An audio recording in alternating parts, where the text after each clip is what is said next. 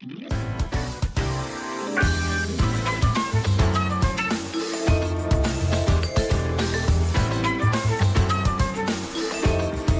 estamos con Álvaro Padrón en su espacio Otro Mundo es Posible. Buenos días, Álvaro, y gracias por estar una vez más por aquí. Por favor, gracias a ustedes. Siempre apostando por otro mundo. Bueno, sí, es el intento, ¿no? Aunque preocupado con algunas cosas. Sí, es un mundo difícil, ¿no? Creo que en breve vamos a tratar de meternos un poquito en algunas de las discusiones más grandes que se están dando. Se está preparando esa famosa cumbre del futuro. Hoy igual me elegí enganchar mucho Uruguay con el mundo, ¿no? Les tengo que pedir disculpas porque venía absolutamente preparado para tratar un tema que todavía está vigente, que es lo que fue todo el episodio del buque norteamericano aquí, ¿no? Incluso en eso que me gusta ponerle títulos a la columna, ahí trato de seguir la ruta del turco. Había pensado en algo así como el día que Uruguay pasó de ser un país a una estación de nafta, porque al final, en ese episodio que si bien tiene un componente muy fuerte de cómo no se respetó el trámite parlamentario, hay detrás una decisión geopolítica, ¿no? Y terminamos siendo una especie de auto que va a los banquinazos, ¿no?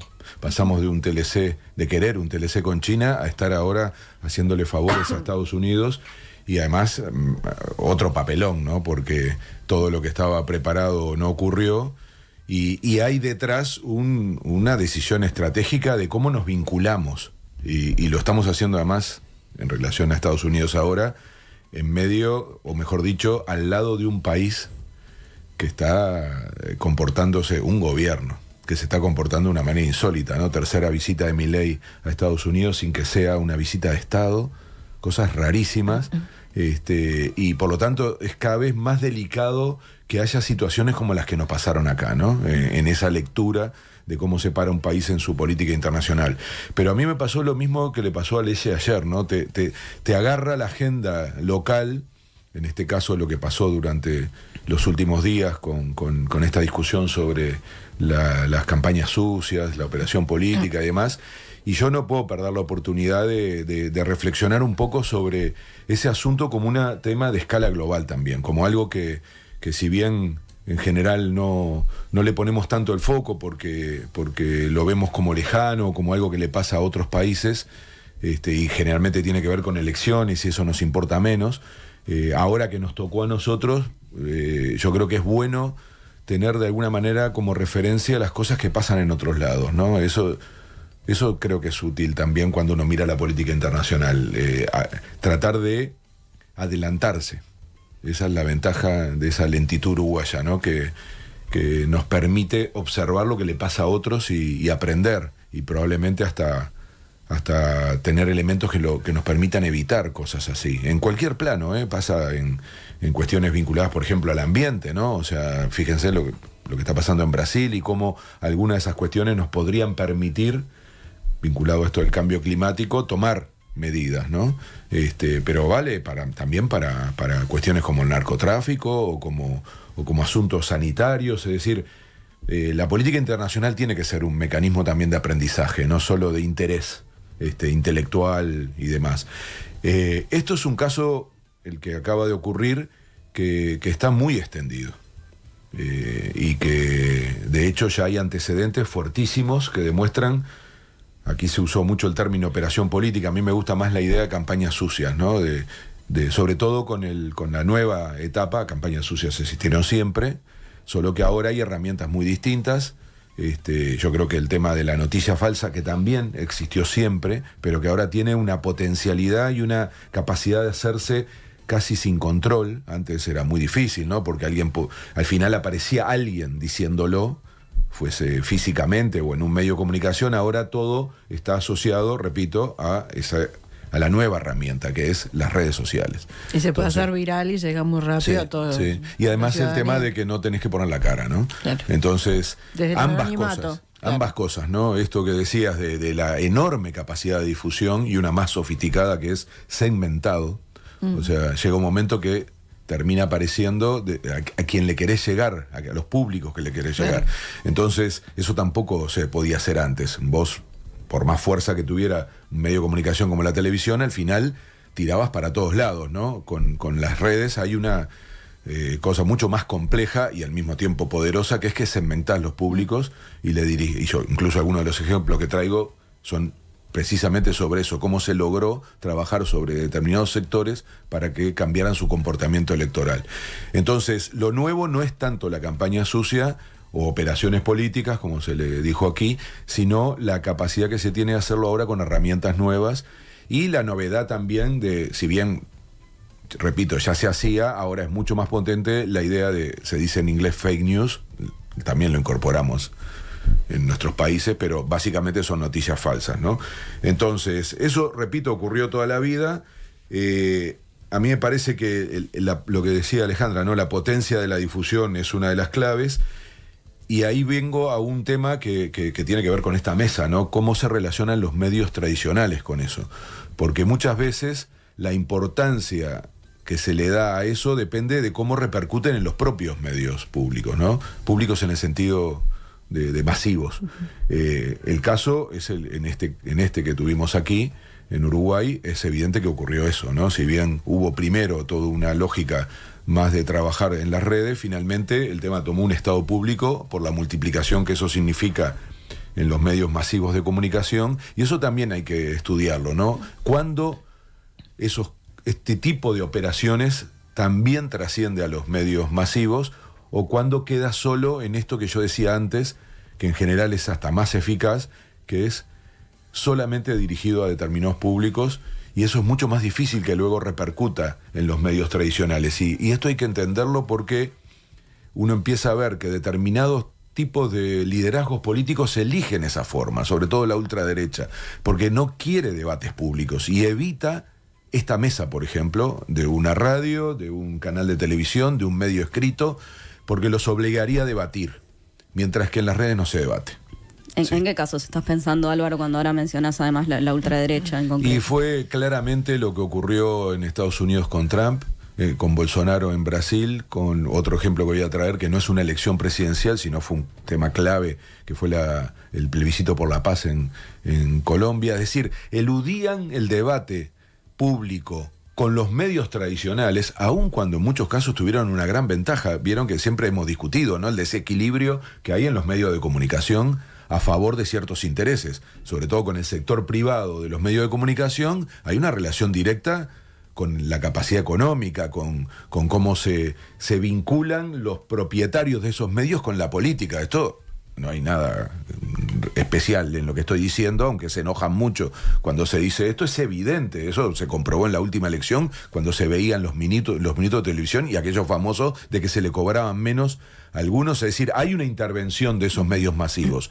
pero los sectores de ultraderecha incluso eluden a esos medios, en algunos casos hasta los enfrentan, y por eso es que empezás a ver la diferencia entre la derecha tradicional, que sí tiene un vínculo estratégico con esos medios, y la ultraderecha que se da el lujo hasta de pasarles por arriba. Lo hizo Trump con los grandes medios en Estados Unidos, porque prefieren este otro canal que es sin debate, en donde el estilo Trump, ¿no? Trump no debate, nunca vamos a escuchar a Trump transmitiendo ideas, discutiendo con otro. Él lo que hace es permanentemente lanzar consignas, provocar, agitar, parecido a Bolsonaro.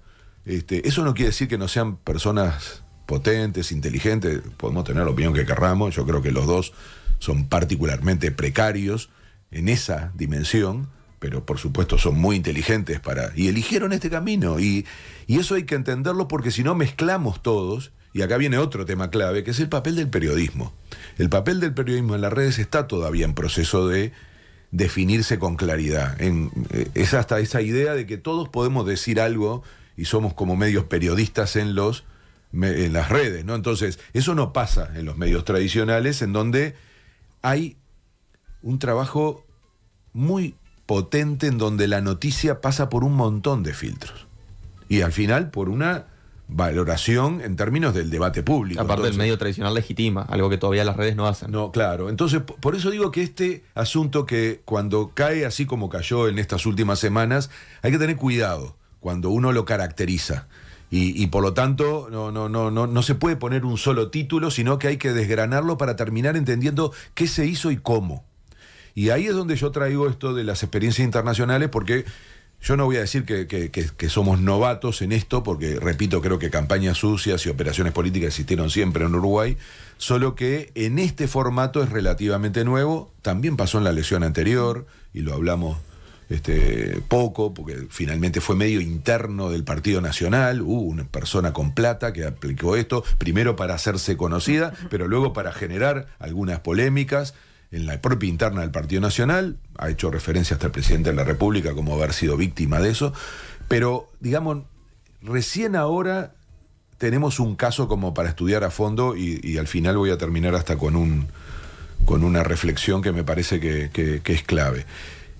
Puse 4 ejemplos, ¿no? Ya casi que los nombré, me faltó un plebiscito, también como el de Colombia, pero que fue incluso el primer experimento, que fue el Brexit.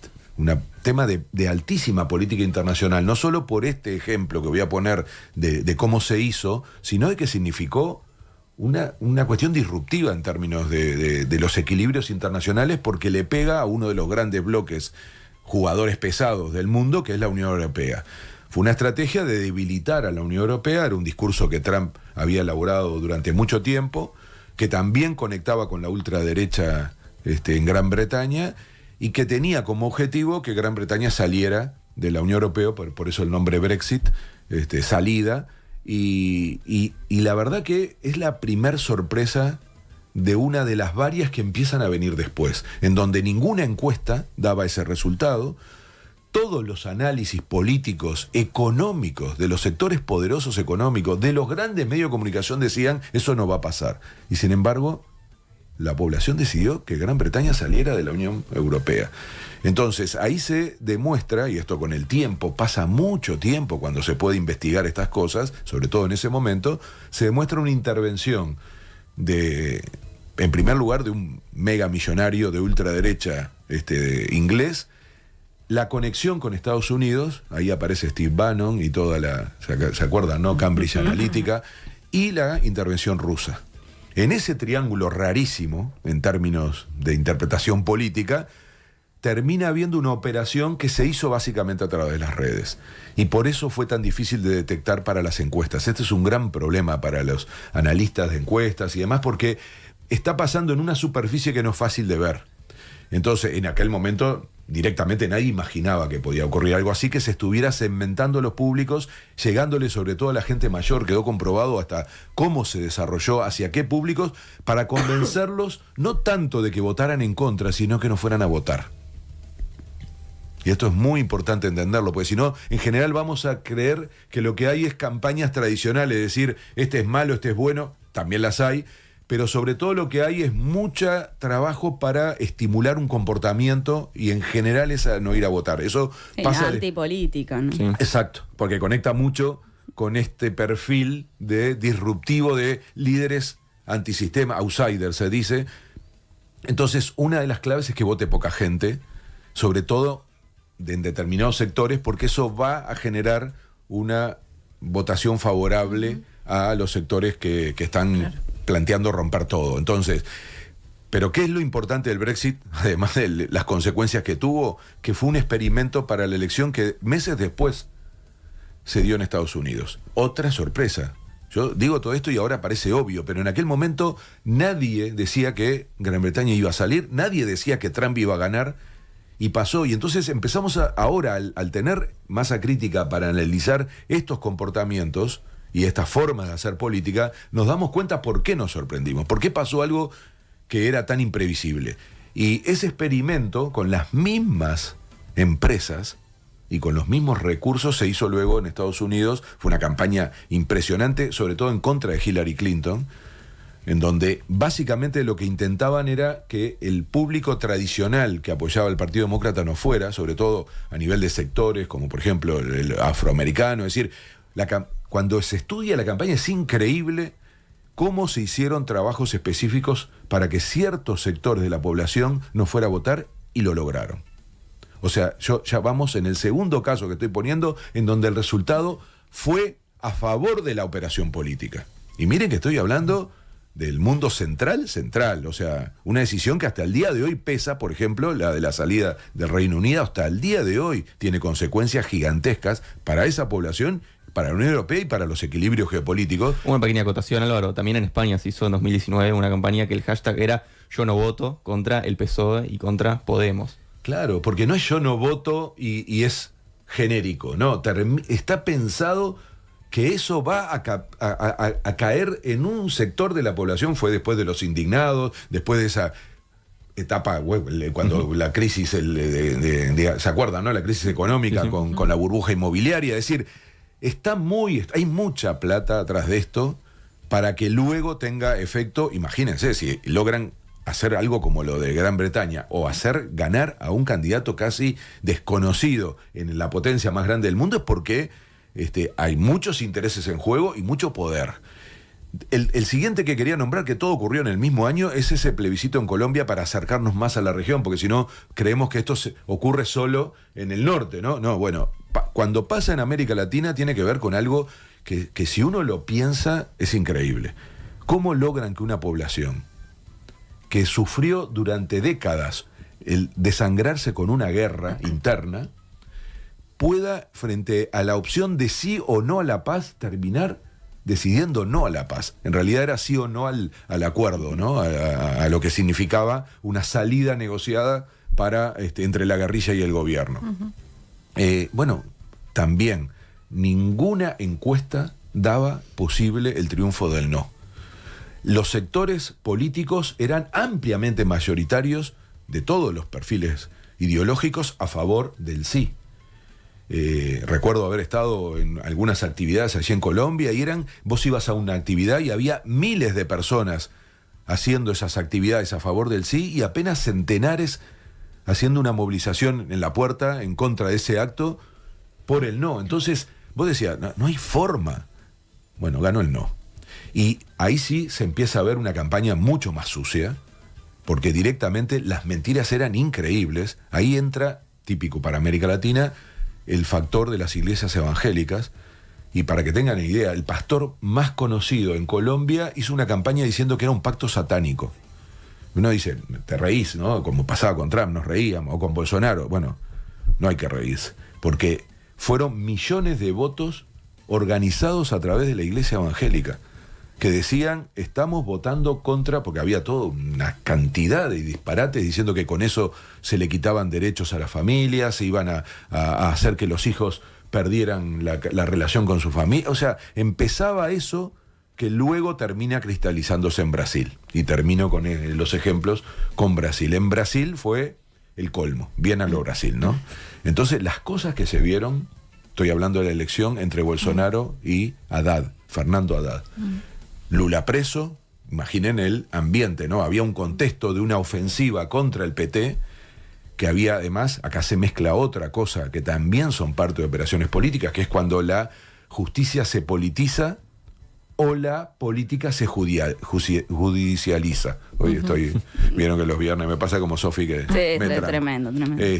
Pero justo esos dos términos son tremendos, ¿no? Lo de judicialización de la política, pero... ¿Se acuerdan Moro, no? El juez Moro. Todo ese fenómeno fue parte de una misma operación política, que era evitar que el PT ganara. En un momento se dio cuenta que podía ganar igual si era candidato Lula, y se hace otro mecanismo, que es el de, con un mecanismo judicial, meterlo preso y evitar que se presentara como candidato, y termina siendo Fernando Haddad el candidato contra Bolsonaro. Aún así, como la campaña venía muy pareja, empieza una estrategia, una operación política, una campaña sucia, que llegó a límites increíbles, en donde, por ejemplo, y eso sí pegó fuertísimo, presentaban a Fernando Haddad como, de vuelta, este componente, como en Colombia, de que estaba en contra de la familia tradicional. Entonces lo mostraban diciendo, por ejemplo, cosa que nunca dijo, que los niños a los 5 años pasaban a ser propiedad del Estado y podían cambiar de sexo a partir de los 5 años. Una mezcla, uno dice, en una conversación como esta, pero qué cosa tan ridícula, ¿quién va a creer? No se imaginan el impacto que tuvo. Si ustedes recuerdan, iba escalando esa campaña hasta llegar a un punto en donde mostraban a militantes del PT con, decían, mamaderas eróticas, repartiéndolas en los jardines maternales. Entonces, nosotros hablamos de estas cosas y decimos, por favor, en aquel momento no lo podíamos creer. Yo creo que con algunas cosas que nos están pasando ahora empezamos a naturalizar, porque lo que pasó estos días acá, hace 5 años, 3 años, 2 años, decíamos, no, en Uruguay no pasa, ¿no? Ya no estoy hablando de que no pasen operaciones políticas, que no aparezcan mediáticamente ciertos personajes diciendo ciertas cosas y haciendo ciertas cosas, incluso dentro de la política. Bueno, esto en Brasil ya venía y por lo tanto lo explotaron al máximo. Y eso fueron noticias falsas. Hubo, por supuesto, procesos judiciales, pero no hubo forma de pararlo. Y sobre todo no hubo forma de evitar que tuviera efecto en lo que querían tener efecto, que era efecto electoral. Junto con eso hubo, se acuerdan, ¿no?, la campaña de las iglesias evangélicas pentecostales en Brasil, que son gigantescas. Estamos hablando de decenas de millones de personas que son influenciadas por esas organizaciones, que al mismo tiempo, si tienen este soporte tecnológico y con recursos y con un liderazgo... unos recursos económicos brutales. Impresionante. Económicos y territoriales. Sí, de todo. Que también son económicos porque les cobran a las personas, pero, digamos, el recurso económico más grande viene de quienes sustentan la parte tecnológica de la campaña. Luego se apoyan en esa capacidad territorial y de representación, porque esos pastores y demás tienen representación. Tenían como principal vocera a la esposa de Bolsonaro. Sí, ¿no? sí. Y se acuerdan a Bolsonaro con la Biblia. Bolsonaro no hacía... no solo no hacía debates, no iba a ningún medio de comunicación, no hizo una sola entrevista. Todo era a través de... Se sentaba en una mesa, ¿se acuerdan?, ¿no?, con la Biblia al lado, y le hablaba a las redes sociales. Claro, eso después replicaban los medios tradicionales, pero él nunca fue. Sí, generó un gran rechazo en el mundo periodístico. Total. Pero es que en el fondo él le convenía no discutir, no, sí, claro. no tener un periodista que le repreguntara, no tener que argumentar. Ese es el gran asunto. No tener que argumentar, solamente tirar ideas, muchas de las cuales son mentiras. Entonces, ese fue el caso, yo diría, más escandaloso. En mi opinión, ahí empezó a notarse, sobre todo para nosotros aquí en Uruguay, que la cosa venía cerca, ¿no? En Argentina pasó también, pero quiero cerrar con esta idea, ¿no? Primero, ustedes saben que yo me resisto al concepto de excepcionalidad uruguaya, ¿no? Siempre me molestó, me parece algo que nos achica, primero es un error, segundo nos impide aprender de esto que yo decía al principio, nos hace, me parece, sentir como superiores. Nos pasó y sobre todo nos hace cometer errores. Nos pasó con el inicio de la pandemia, era algo que no iba a pasar acá. Nos había pasado antes con la aftosa y se nos terminó metiendo, porque además esas cosas no respetan fronteras, no hay ninguna razón científica para pensar que no nos va a ocurrir. Ahora nos está pasando con el dengue, pero ya estamos un poco más acostumbrados. Nos pasó con la crisis climática, que nos parecía que era un problema y un día nos quedamos sin agua, y eso vino para quedarse. Nos pasó con el narcotráfico, ¿no? Exacto. Que decíamos, es de otros, ¿no? Bueno, llegamos a tener al presidente diciendo que era un problema de los colombianos, los bolivianos, los mexicanos, ¿no? Entonces, y ahora nos pasó con esto. Tenemos un sistema político distinto, la democracia distinta, no sé qué, no sé cuánto, pero acá está, en nuestra democracia, una campaña sucia, noticias falsas, amplificación por las redes, todos los componentes que yo dije a la uruguaya, ¿no? O sea, iba a decir con menos escándalo, ¿y qué quieren que les diga? Después de estos días, no sé si alguien que no sea uruguayo mira alguna de las cosas que ocurrieron, escucha a algunos de los personajes, y la verdad que da un poquito de vergüenza que no haya habido capacidad de que el sistema político, y acá creo que la responsabilidad más grande la tiene el Partido Nacional, porque, repito, no estamos hablando de alguien anónimo, estamos hablando de una persona que militaba, que tenía adscripción, incluso una lista, ¿no? Entonces, hay que hacerse cargo de eso. O sea, eso es, repito, algo que si lo decíamos hace unos años, decíamos en Uruguay, y me molesta esa idea, en Uruguay no pasa. Acá no. Bueno, acá sí. Entonces, se le puede poner cualquier título. Y estos días que está medio entreverado eso, ¿no? De operación política, política partidaria, campaña sucia. Yo diría, acá lo que no hay duda es que el objetivo fue influir en la elección. O sea, si no se asume que ese fue con claridad el asunto y que ese es el gran problema, porque, repito, en los 4 casos que yo demostré, que mencioné en las anteriores, se logró influir en una elección. Y ese siempre es el objetivo, que sea una elección de una presidencia o sea una elección determinante como un plebiscito. Y nosotros tenemos plebiscitos este año y tenemos elección. O sea, este método sirve para cambiar la posición de la gente. Eso es lo que... Y hace pelota la democracia. Porque si funciona, pasamos a tener una nueva capacidad vinculado a recursos económicos y al deterioro de la política de cambiarle la decisión a la gente para la toma de decisiones.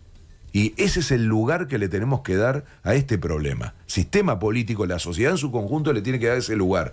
Estamos frente a un nuevo mecanismo para influir una elección. Y eso fue lo que pasó esta vez. Y explícitamente dicho por las personas, veremos hasta dónde llega las y los involucrados, más allá de las 2 personajes que tenemos en este momento como centrales, pero que explicitaron, por lo menos una de ellas, yo quise influir en la elección interna del Frente Amplio. Yo diría que fue bastante más. Quería influir en la elección en un sentido amplio. Entonces, y es mi reflexión final, lo que yo pretendo decir aquí es, está demostrado que ya no somos excepcionales en eso, que ya nos transformamos en uno más, que acá eso no solo pasa, sino que acaba de ocurrir. Pero hay algo que sí nos hace único. ¿Saben qué es? Este es el primer caso en América Latina en donde una operación política se logra parar, se lauda judicialmente, digo entre comillas porque va a seguir el proceso, pero ya hay una decisión de decir a la persona afectada ya no se la considera afectada y se cierra la causa. Ocurre antes de la elección que se quiso afectar y sobre todo se transforma en un boomerang. Miren lo que les digo, esta es la primera vez que eso ocurre a nivel internacional y en particular en América Latina.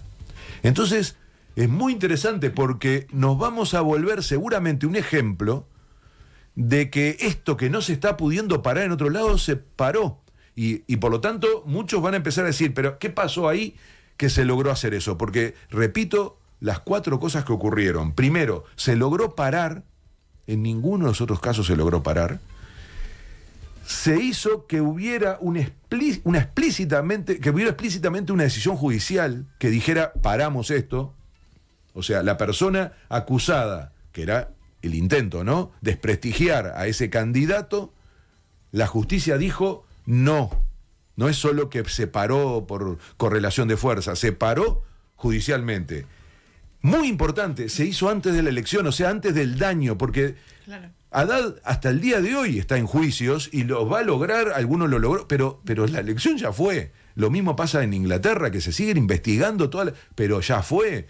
Lo mismo Clinton, ya fue. Acá no, pasó. Y encima, y esto me parece muy importante, se generó el boomerang. Porque ahora la explicación tiene que venir de otros lados. Y la lógica, la carga de la crítica, y si no, el mejor termómetro para darnos cuenta de eso es que haya tenido que aparecer el presidente de la República. Uno se pregunta, ¿por qué se metió en esto? ¿Por qué salió a hablar de un tema?